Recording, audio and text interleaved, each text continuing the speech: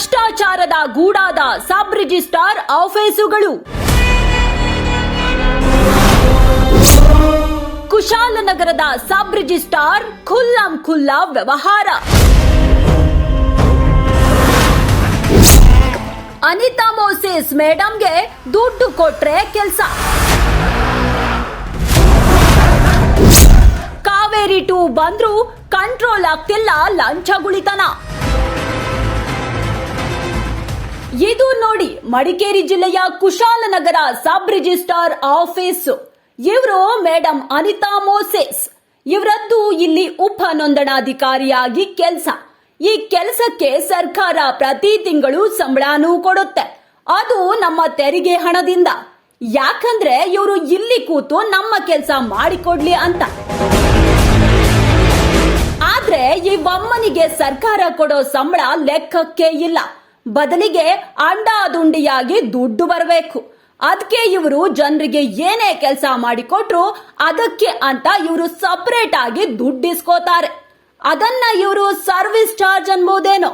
ಆದ್ರೆ ಲೋಕಾರೂಢಿಯಾಗಿ ಎಲ್ರೂ ಲಂಚ ಅಂತಾರೆ. ಅದಕ್ಕೆ ನಮ್ಮ ಕಾನೂನಿನಲ್ಲಿ ಶಿಕ್ಷೆಯೂ ಇದೆ.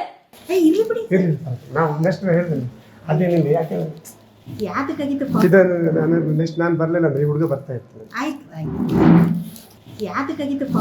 ನಾನು ಬರಲಿಲ್ಲ ಅಂದ್ರೆ ಹುಡುಗ ಬರ್ತಾ ಇರ್ತಾರೆ. ಏನು ಕರ್ಮ ನೋಡ್ರಿ. ಈ ಮೇಡಮ್ಮು ಎಷ್ಟು ರಾಜಾರೋಷವಾಗಿ ಆಫೀಸ್ ಅಲ್ಲೇ ಕೂತು ಲಂಚ ಇಸ್ಕೋತಾರೆ. ಕನಿಷ್ಠ ಭಯವೂ ಇವರ ಮುಖದಲ್ಲಿ ಕಾಣಿಸ್ತಿಲ್ಲ. ಅಂದ್ರೆ ಅದಿನ್ನೆಷ್ಟು ಒಗ್ಗಿ ಹೋಗಿರ್ಬೇಕು ಈ ಕೆಲಸ ಇವರಿಗೆ. ಇಷ್ಟು ನಿರ್ಭೀತಿಯ ಲಂಚಗುಳಿತನಕ್ಕೆ ಯಾರ ಕುಮ್ಮಕ್ಕಿರಬಹುದು ಅನ್ನೋದು ಸೋಜಿಗದ ಸಂಗತಿ. ಇನ್ನು ಈ ವಿಷಯಗಳೆಲ್ಲ ಜಿಲ್ಲಾ ನೋಂದಣಾಧಿಕಾರಿಗಳಿಗೆ ಗೊತ್ತಿರಲ್ಲ ಅಂದ್ರೆ ಯಾರು ನಂಬಲ್ಲ. ಕಂದಾಯ ಇಲಾಖೆಯಲ್ಲಿ ಭ್ರಷ್ಟಾಚಾರ ಎಗ್ಗು ಸಿಗ್ಗಿಲ್ಲದೆ ನಡೆಯುತ್ತೆ ಅನ್ನೋದು ಸಾಮಾನ್ಯ ವಿಷಯವಾಗಿ ಬಿಟ್ಟಿದೆ. ಈ ಬಗ್ಗೆ ನಾವು ಸಾಕಷ್ಟು ವರದಿ ಪ್ರಸಾರ ಮಾಡಿದ್ದೀವಿ. ಈಗಲೂ ಈ ಭ್ರಷ್ಟ ಅಧಿಕಾರಿಯ ಲಂಚಗುಳಿತನವನ್ನ ಸಾಕ್ಷಿ ಸಮೇತ ತೋರಿಸಿದ್ದೀವಿ.